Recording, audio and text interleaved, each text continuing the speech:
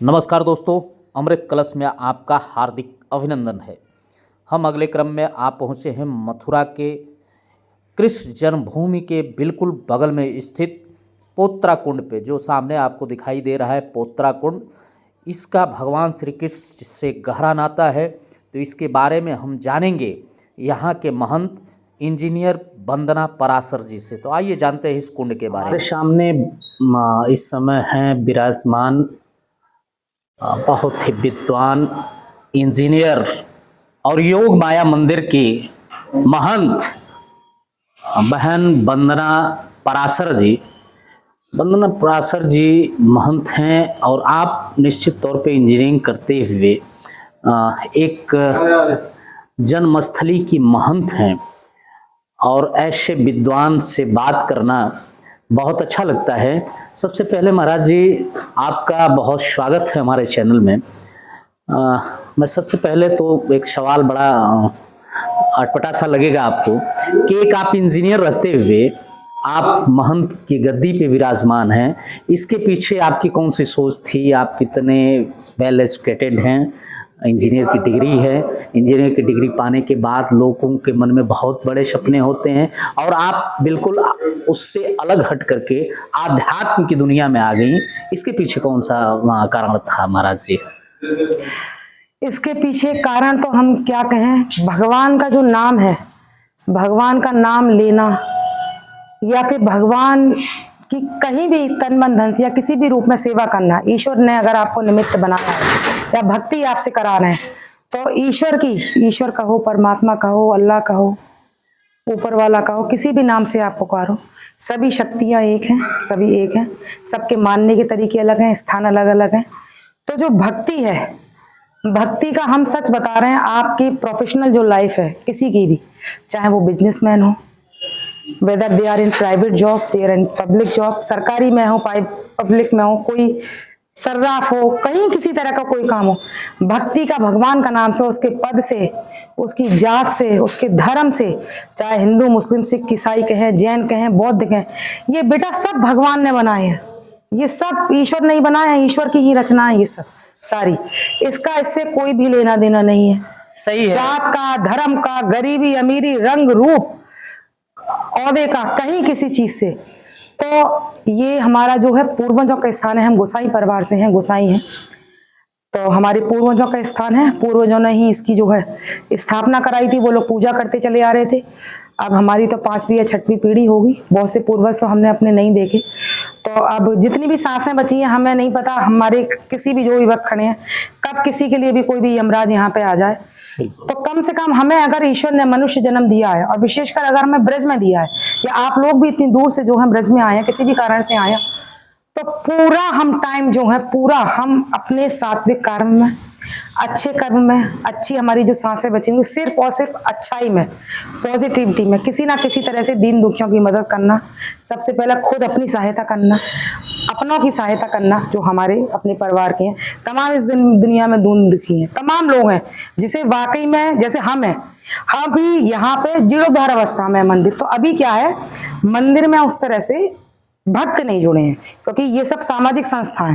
भाई राम जन्मभूमि में भी 3600 करोड़ का दान से लेकर अप्रोक्सीमेट जो भी है, उसी से मंदिर का जो है वैभव बना है, विकास हुआ है। पूरे विश्व में जो है श्री राम जी का मंदिर जाना गया है कि नहीं जाना गया है?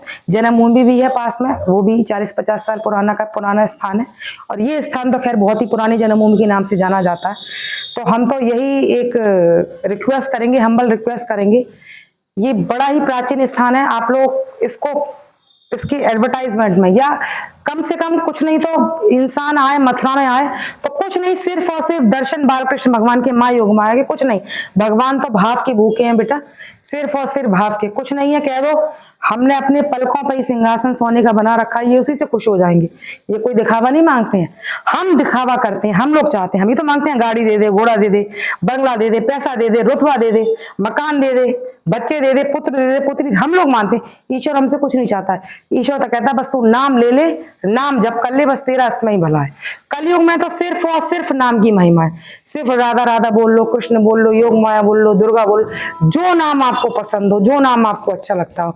ना भगवान, ना कोई यज्ञ, ना हवन, ना घी, ना कमल गट्टा, ना नारियल, ना खसखस, कहीं कुछ ताम झाम ना। भगवान ने इतना आसान इतना बना रखा है, अगर इंसान को समझ आ जाए। और वाकई में आप यकीन नहीं करोगे, हमें जब तक समझ में आता है हमारा ये जन्म किस लिए हुआ, तब तक हमारी बहुत देर हो चुकी होती है।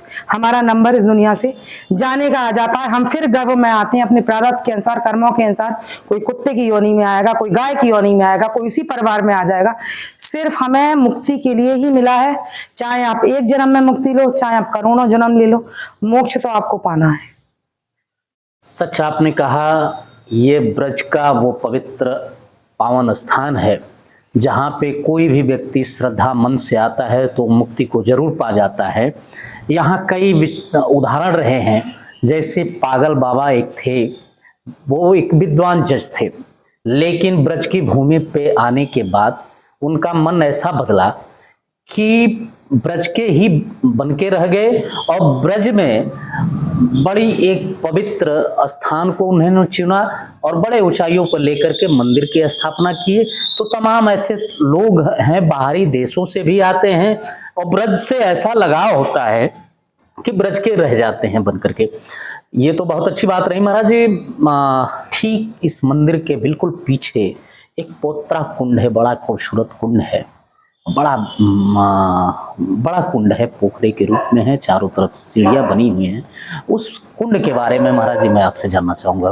वो जो पोत्रा कुंड का जो स्थान है, प्राचीन समय का स्थान है, वो भी एक, अभी तो खैर सूक्ष्म रूप में ही, अभी उसकी जो बिल्डिंग है, राजा हुए थे, उन्होंने उस बिल्डिंग का जो है डेवलपमेंट कराया है। तो वो जो कुंड था, वो भी जो है, जो 8 से 10 ये कोस के बीच में जो जेल का स्थान, जो कंस की जेल द्वापर में जो फैली हुई थी, वो भी जो है कारागार से ही अटैच था, कारागार का ही स्थान था। बताते हैं जो कि भगवान, जब श्री कृष्ण हमारे जो लल्ला हैं, बाल कृष्ण भगवान छोटे थे, तो उनके जो हैं, जो छोटे छोटे वस्त्र होते हैं, लंगोटियां हैं छोटे जो बचपन के, उनके जो है वस्त्रों का धुलने का जो है, धुलने का, सफाई का वो स्थान था। तो बड़ा ही प्राचीन स्थान है वो। ठीक है, बहुत धन्यवाद। यह वही पौत्रा कुंड है जो बिल्कुल कृष्ण जन्मभूमि से सटे हुए है, जो मुख्य मंदिर है, जहाँ पर हमने अगले वाले वीडियो में आपको दिखाया था कि बगल में मस्जिद है, मस्जिद के जस्ट बगल में भगवान श्री कृष्ण की जन्मभूमि है, जहाँ नीचे जाने के बाद आपको दिखता है वो काल कोठरी भी मौजूद है, जहाँ पे प्रतीक के तौर पे दिखाया गया है 2 बंदी खड़े हैं और उसी के नीचे से वो 6 सुरंगें दिखाई जाती हैं, बताई जाती हैं। तो ये बिल्कुल मैं पोत्रा कुंड के सामने हूँ। ये भगवान श्री कृष्ण बताया जाता है कि जब इनके माता पिता इनके जन्म के उपरांत इसी कुंड में इनके वस्त्र को धोया करते थे और ये कुंड का बहुत बड़ा महत्व है। इस कुंड को कृष्ण जन्माष्टमी के दिन खोला जाता है। इस तरह से चारों तरफ से बैरिकेड कर दिया गया है, इस पे बैरिकेडिंग लगी हुई, अंदर कोई नहीं जा सकता। और कृष्ण जन्माष्टमी के दिन यहाँ लाइट और साउंड का आयोजन किया जाता है। इसके इतिहास के बारे में बताया जाता है।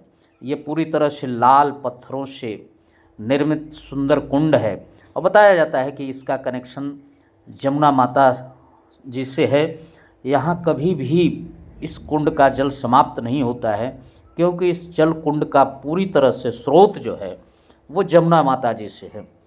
तो ये रही खूबसूरत जानकारी आपके सामने इस पोत्रा कुंड के बारे में। तो उम्मीद करूँगा कि यह जानकारी आपको अच्छी लगी होगी। तो अगर ये जानकारी अच्छी लगी हो तो वीडियो को लाइक करें, शेयर करें, चैनल को सब्सक्राइब करें। तब तक के लिए बहुत बहुत धन्यवाद।